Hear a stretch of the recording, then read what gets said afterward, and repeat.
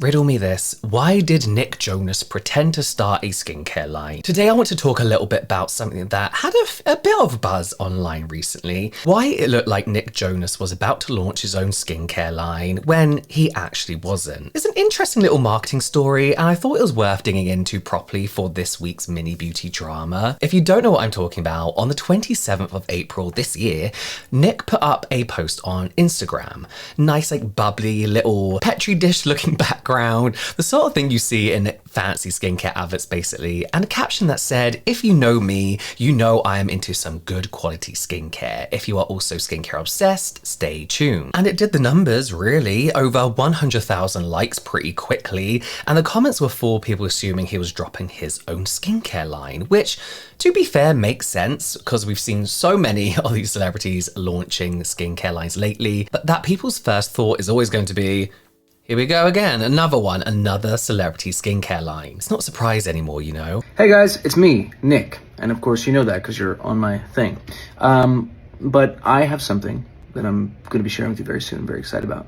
I've always been really into skincare, and this is something in that space. So keep looking for updates.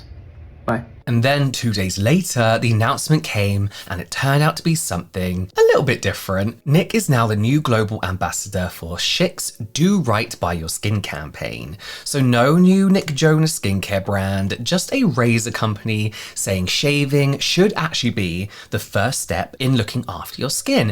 And honestly, I found that quite refreshing if I'm being honest. Now, the original post was clever. They did mean to mislead people in a marketing type of way. It looked and sounded exactly like the start of a luxury skincare drop, and he even put little stories up with like droppers and ingredients, building it up for the 29th. Of course, everyone kind of ran with it, and the comments were actually kind of intrigued and they weren't angry at another celebrity skincare brand. People were like, finally, and things like, drop the skincare routine, Nick, and you can't really blame them. That's the world we're living in now. What we know now is that Schick and their agency, BBH USA, did this on purpose. They wanted to borrow the excitement around celebrity skincare launches and point it towards something more everyday, I guess you can say. The reveal is basically, it's still a razor, but we're treating it like proper skincare, which I don't know how I feel about that, but we'll talk about that in a minute. And Nick followed up with some very simple, straightforward posts. He said taking care of his skin is part of his daily routine, and that Schick's razors keep his skin smooth and hydrated without any fuss.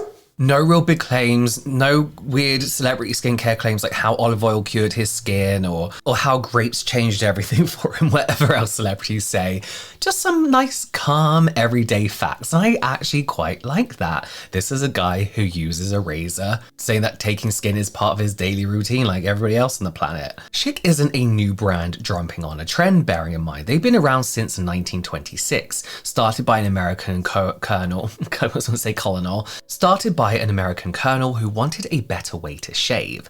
And over the years, they've quietly got on with making decent razors that just do the job they're gonna do, shave. For 2026, they kind of refreshed things a little bit. The idea behind the Do Right By Your Skin campaign is very, very simple, really. It's shaving isn't just about getting rid of hair. It's the first thing that touches your face in a routine, so it should leave your skin feeling better, not drier or irritated. They've updated their hydro and extreme ranges with aloe, vitamin stuff and hydrating gels that have that clean, almost clinical skincare look, which is exactly why the teaser fitted so nicely. And Nick fits the campaign nicely too. He's always looked well put together, and he talks about this stuff without making it sound like a performance. Again, refreshing. Nick's been in the spotlight since he was a kid, as we know. Broadway at 7, solo music deal as a teenager, then the whole Jonas Brothers whirlwind with Disney, films, tours, Camp Rock. Through all of that, his kept quite consistent, clean image. He's spoken before about how grooming and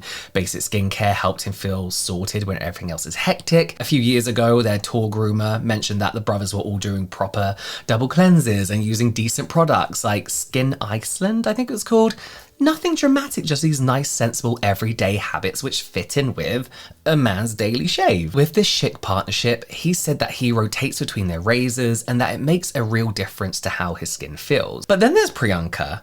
And you can't really talk about Nick's approach without bringing her into it. Since they got married in 2018, she's been very open about her own routines, everything from traditional masks her mum taught her to proper vitamin C serums and good creams. I believe she even launched her own hair care line, a clean one, Anomaly. She treats skincare like a solid foundation rather than something flashy. And when you live with someone who's that thoughtful about it, I'm pretty sure it rubs off, right? Nick's mentioned how important his daily basics have become, and it feels genuine rather than just for this campaign. Now look, celebrity skincare lines are everywhere at the moment. They're annoying. Some are good. Some feel like they were rushed out for the name alone.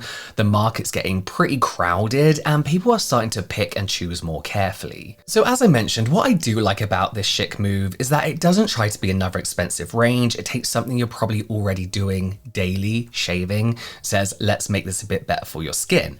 However, is it better for your skin? Short answer, no. There is a long answer because this is one of those things that you're like, oh, like this sounds innovative, right? But it doesn't really hold up when you think about how skin works.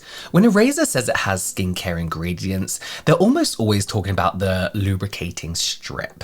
And that strip might include things like aloe, vitamin E, hyaluronic acid, maybe even peptides or niacinamide if they're trying to sound like a little bit more advanced. The issue is how it's being delivered. First of all, contact time is tiny. You're gliding the razor over your skin for a second or two, then rinsing everything away, often used with a shaving foam, balm, oil, whatever it is that you use. Most skincare ingredients need time to do anything meaningful. Even in cleansers, you're meant to leave them on for like 60 seconds to 2 minutes. Longer if we're being realistic. But even if these things could do something, it's not a leave-on serum. Like I said, you're washing it off. So anything beneficial, you're removing it before it has time to do anything. And also, of course, formulation matters more than the ingredient list. In proper skincare, ingredients are stabilized, balanced, and designed to penetrate the skin or sit on top of it in like a useful way depending on what it is. But on a razor strip, it's not doing anything. It's not doing anything at all. They're mainly there to provide that slip, reduce friction, make shaving feel smoother, and that's kind of it. That's kind of it. So in reality, those skincare ingredients are functioning more like a conditioning film, let's say, rather than a treatment. So they may be able to help soothe your skin a little bit. They're going to help the razor glide better, which indirectly helps your skin by reducing irritation, those nicks and that friction. And that part's useful, right? But are you getting the same benefits as a serum or a moisturizer with those ingredients? No, not even close. It's a bit like putting skincare in a face wash and expecting it to perform like a leave-on product. A nice idea, it would be great, but it's not realistic, right? What matters more when it comes to the shaving is sharp, clean blades, that good slip. I like to use a shaving oil when I do shave, shaving in the right directions, and what you do after, hydration, soothing, and barrier repair. The razor itself, as nice as it sounds, it is never going to be a skincare step, no matter how it's marketed. So going back to my title of this video, Nick wasn't pretending just for the sake of it. The teaser was a smart way to pull people in and then show them a different way of thinking about something ordinary. Like I said, this razor is probably not going to do much, but I think it's a nice reminder to actually think of every single step of your self-care routine as self-care. Everything from razors to washing your hands, brushing your teeth, those daily things that we sometimes take for granted. I think it's important to make sure they are all benefiting you in some way, or at the very least, aren't cutting up your skin. So yeah, let me know what you think about this story. As I mentioned, not long enough for a full video, but I thought it was kind of interesting, a different type of marketing and advertising that we're seeing when it comes to the skincare and beauty space. But I hope you enjoyed that, and hopefully I'll see you next time.